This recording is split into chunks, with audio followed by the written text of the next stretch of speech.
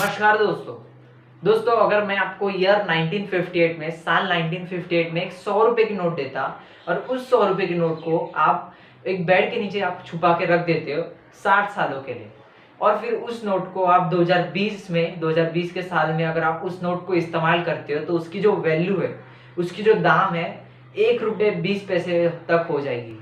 दोस्तों अगर आपको ये चीज़ नहीं समझी है तो एक अलग एंगल से आपको समझाता हूँ। फॉर एग्जाम्पल, मतलब कि 2020 में आप 100 रुपए की कौन सी भी चीज़ खरीदते हो और वही सेम चीज़ आप ईयर 1958 में खरीदते हो, तो आपको वो जो चीज़ है 1 रुपये 20 पैसे में मिल जाएगी 1958 ईयर में। दोस्तों ये है इन्फ्लेशन का कमाल, यानी कि महंगाई का कमाल। इन्फ्लेशन यानी कि साल भर साल चीज़ें महंगी होती जा रही है हम सारे लोगों के लिए। दोस्तों ये क्यों होता है दोस्तों, और क्या रीजन हो सकते हैं? क्या ये इन्फ्लेशन सही है, क्या ये महंगाई बढ़ रही है वो सही हो रही है? इसके पीछे का रीजन आपको वीडियो में बताना चाहूंगा। दोस्तों इस वीडियो में इसी सारी चीजें पे हम टॉपिक पे कवर करने वाले हैं। आइए जानते हैं। दोस्तों सबसे पहला और सबसे मेन सवाल कि मतलब इन्फ्लेशन कौन बढ़ाता है, इन्फ्लेशन करवाता कौन है? महंगाई, उन चीजों की महंगाई कैसे बढ़ जाती है? क्या ये सरकार में बैठे लोग अपनी मन मर्जी करके इन सारी चीजों की महंगाई बढ़ा देते हैं और इन्फ्लेशन यहाँ पर हो जाता है, यानी कि महंगाई यहाँ पर हो जाती है? दोस्तों ऐसा नहीं है। दोस्तों इन्फ्लेशन होने के लिए ऐसे कई सारे रीजन हो सकते हैं, और मैं यहाँ पर 4 मेन रीजन के ऊपर डिस्कस करना चाहूंगा आप लोगों के साथ इस वीडियो में। तो सबसे पहला रीजन और सबसे आसान तरीके से इन्फ्लेशन हो सकता है वो है कि इकोनॉमिक बूम। अभी इकोनॉमिक बूम यानी कि एक अच्छी इकोनॉमिक ग्रोथ होना। अभी अगर ये इकोनॉमिक ग्रोथ अच्छी होगी तो लोगों के पास, जनता के पास ज्यादा पैसा होगा। अगर लोगों के पास ज्यादा पैसा होगा तो लोगों के पास बहुत ज्यादा पैसे होंगे इन अलग अलग चीजों पर खर्च करने के लिए। अगर दोस्तों इन सारे लोगों के पास ज्यादा पैसा होगा तो यहाँ पर डिमांड भी ज्यादा बढ़ जाएगी।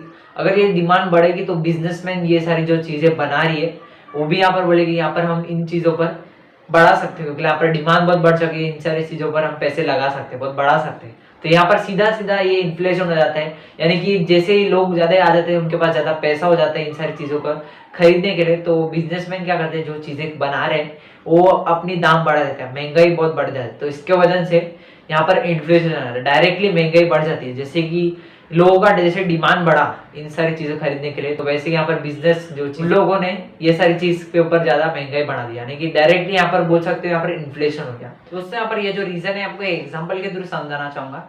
मतलब कि एक इमेजिन करो, एक एयरलाइन है, मतलब कि एक एरोप्लेन है जिसमें 100 सीट है। 100 सीट में से 90 इकोनॉमिक क्लास है और 10 फर्स्ट क्लास वाले। तो जो 100 के 100 जो पैसेंजर है उनके पास इतना ज्यादा पैसे है कि वो लोग फर्स्ट क्लास में भी बैठ सकते हैं। तो यहाँ पर तो सिर्फ 10 ही सीट है, ये 100 लोग के लिए कैसे बैठ जाएंगे? तो यहाँ पर जो एयरलाइन वाले वो लोग क्या करेंगे, फर्स्ट क्लास वाली जो सीट है उनकी दाम इतने ज्यादा बढ़ा देंगे। तो इससे क्या होगा कि जिन लोगों के पास ज्यादा पैसा है वही आएंगे फर्स्ट क्लास में बैठने के लिए, और बाकी के जो है इकोनॉमिक क्लास में बैठ जाएंगे।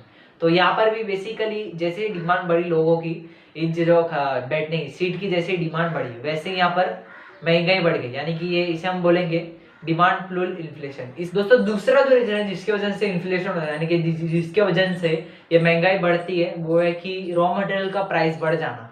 रॉ मटेरियल जैसे कि गेहूं हो गया, चावल होगा। अभी ये कैसे होगा? जैसे अभी रॉ मटेरियल जो मैं आपको बताया था कि वीट, गेहूं और चावल हो गए, तो एक खराब सीजन की वजह से सारे खराब हो जाते हैं, इसकी वजह से उनको प्राइस भी बढ़ाने पड़ते हैं गेहूं और चावल के ऊपर। तो ये सारे रॉ मटेरियल के प्राइस बढ़ाने की वजह से जो भी मैन्युफैक्चर कंपनी जो थी इन सारे रॉ मटेरियल को खरीद के ये एक चीज प्रोडक्ट बनाती थी, तो फिर ये यहाँ पर रॉ मटेरियल के भी पैसे बढ़ गए, तो इसकी वजह से मैं कंपनी को भी ज्यादा पैसे से खरीदना पड़ेगा। तो ज्यादा पैसे से खरीदने के लिए प्रोडक्ट के भी भाव बढ़ जाएंगे, इसलिए उनको प्रॉफिट में रहने के लिए उनके भी प्राइस बढ़ाने पड़ेंगे। तो इसके वजह से यहाँ पर महंगाई देखने मिलती है इन सारी चीजों पर।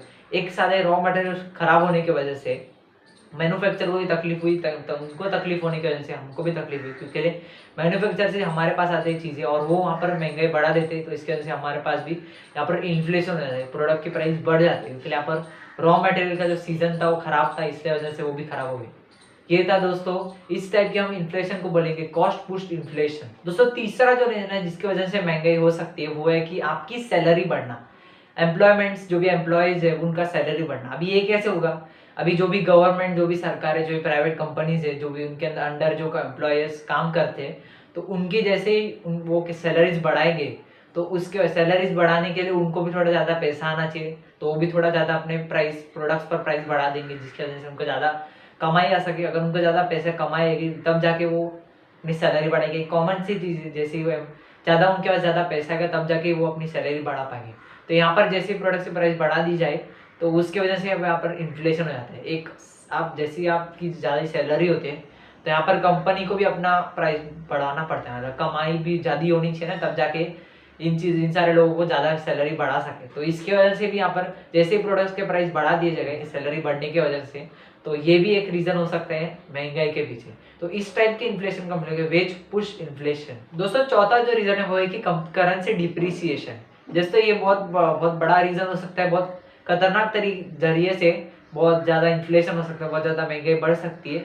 वो कैसे होगा, जैसे गवर्नमेंट सरकार जो है वो अपनी तरफ से बहुत ज़्यादा नोटें प्रिंट करना शुरू कर देगी। तो इसके वजह से क्या होगा, जो भी हमारी करेंसी है उसकी वैल्यू भी लूज हो जाएगी। तो इसकी वजह से भयानक तरीके से एक इन्फ्लेशन हो जाता है। मतलब कि जैसे ही गवर्नमेंट बहुत ज़्यादा प्रिंट करने लगती है, जो भी नोटें हैं बहुत ज़्यादा छापने लगती है बहुत ज़्यादा प्रमाण में, तो इसकी वजह से क्या होता है, जो भी हमारा करेंसी होता है, जो हमारा करेंसी 1 रुपये वो है, वो हमारा बहुत कम हो जाता है, बहुत ज़्यादा वैल्यू उसकी बहुत ज़्यादा कम हो जाती है।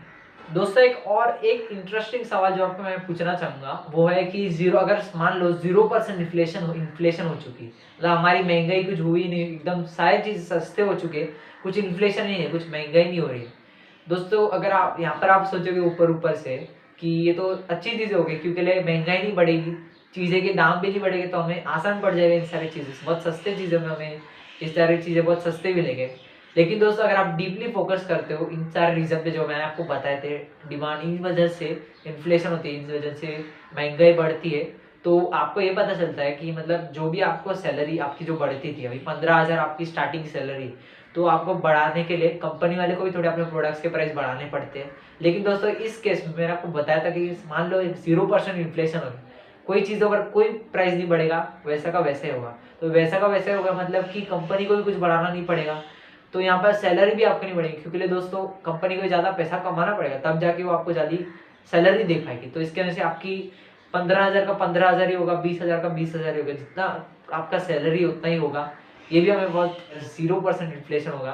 तो दोस्तों एक और रीज़न से अगर नेगेटिव इन्फ्लेशन होना शुरू कर दे तो इससे क्या होगा, अभी नेगेटिव इन्फ्लेशन यानी कि चीज़ों के जो दाम है बहुत कम करना शुरू कर देंगे, 20 से 10 रुपये हो जाएंगे, 10 से 5 रुपये हो जाएंगे। तो इससे क्या होगा, जो भी जनता है, फॉर एग्जाम्पल लॉजिक सी बात है, हर एक पब्लिक क्या करेगी, पहले साल अगर मैं खरीदने जाऊंगा तो मुझे बहुत ज़्यादा प्राइस मिलेगा एज कम्पेयर टू अगले साल में अगर खरीदने आऊँ, क्योंकि अगर ऐसे ही 5 साल नेगेटिव इन्फ्लेशन शुरू करना होता रहा तो हर साल तो कम होना ही है, इन्फ्लेशन कम होते जा रहा है, यानी कि 10 रुपया होगा, अगले साल देखा तो 5 रुपया होगा। तो क्या ऐसा करेंगे, एक ही साथ में एक चीज़ खरीद लेंगे, फिर बोलेंगे और अगले दिन छोड़ूंगा तो और ज़्यादा सस्ता मिलेगा, तो ऐसा होगा। मतलब इससे हमें क्या पता चलता है कि जनता जो है वो अपना जो पैसा जो है खर्च करना बहुत कम कर देगी। तो इससे क्या होगा, जो भी चीज़ें हैं वो कम खरीद रहे नहीं है, तो इसके वजह से कंपनी का जो प्रोडक्ट्स है वो भी बिक रहा नहीं, तो इसके वजह से कंपनी भी लॉस में चले जाएगी। अगर कंपनी लॉस में चली गई तो जो भी एम्प्लॉय जो काम करते हैं कंपनी के अंदर उनको भी निकाला जाएगा, क्योंकि यहाँ पर उनको कुछ लॉस हो रहा है, कुछ प्रॉफिट ही नहीं है, तो उनको कैसे कुछ हम पैसा दे एम्प्लॉय करने के लिए। तो एक चेन रिएक्शन हमें देखने मिलता है अगर ये नेगेटिव इन्फ्लेशन होना शुरू कर दे। इसलिए दोस्तों यहाँ पर इन्फ्लेशन बढ़ता रहता है, कम भी नहीं होता है, एक कांस्टेंट भी नहीं रहता है और सिर्फ बढ़ता ही रहता है। इसलिए दोस्तों ये इसके पीछे का रीज़न है। दोस्तों इस वीडियो को ज़्यादा से ज़्यादा शेयर करिए, क्योंकि दोस्तों लोगों को पता चलना चाहिए किस तरह से इन्फ्लेशन होता है और क्या इन्फ्लेशन है, क्या महंगाई कैसे बढ़ती है और क्या रीज़न हो सकते हैं, कितने टाइप के इन्फ्लेशन होते हैं। इन सारी चीज़ें मैंने आपको इस वीडियो में बताया था। उम्मीद है दोस्तों अगर वीडियो पसंद आएगा, अगर आपको ये वीडियो पसंद है इस वीडियो को लाइक कर देना। अगर आप हमारे पे चैनल पे नए हो तो सब्सक्राइब करना ना भूलें। अगर आपको ऐसी कुछ वीडियोस चाहिए तो प्लीज़ मुझे कमेंट करके ज़रूर बताएगा, मैं उस टॉपिक पर वीडियो ज़रूर बनाना चाहूँगा। आज के लिए इतना ही था, धन्यवाद।